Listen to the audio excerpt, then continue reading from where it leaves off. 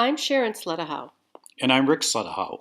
We discovered WellShare when we were looking for an opportunity to volunteer internationally. Being a public health organization, we didn't think our business backgrounds would be very useful. But WellShare told us that the young single mothers they worked with needed income to be able to maintain their health. There was no money in the grant for that sort of work, so this would be our focus.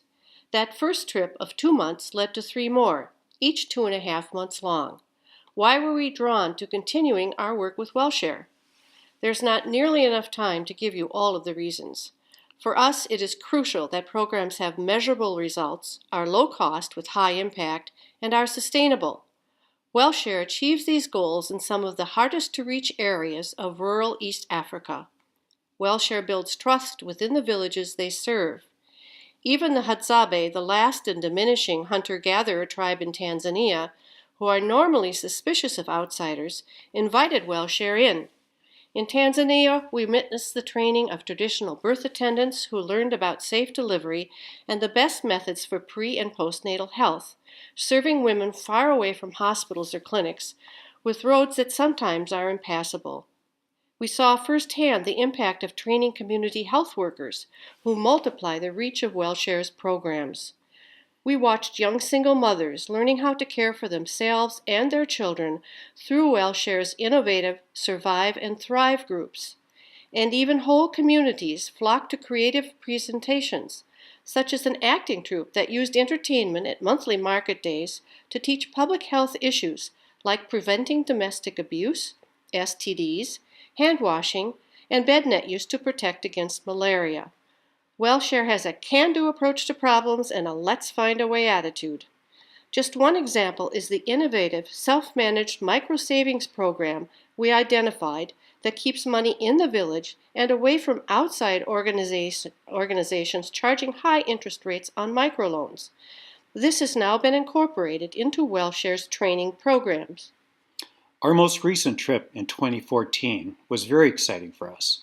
Women's groups had gone through their health training, developed their micro-savings programs, built businesses, and are self-sustaining. Let me tell you about one woman, Devota, the 18-year-old mother of a 2-year-old. She's barely literate and abandoned by the child's father. She was making about $1 a day and felt helpless to care for her sick child. A WellShare community health worker invited her to join with other single mothers to learn how to take care of her own and her child's health. In addition, the local WellShare staff trained Devota and others in her group to bake banana bread to sell in the village. This was so successful that they reinvested their earnings in a small tea house and used some of those proceeds for a vegetable garden so they could also sell produce in the market. They're great entrepreneurs. Devota told us, "I never dreamed I could have this kind of income. Not only is my child healthy now, but I can also send her to school. She'll have a better life than mine."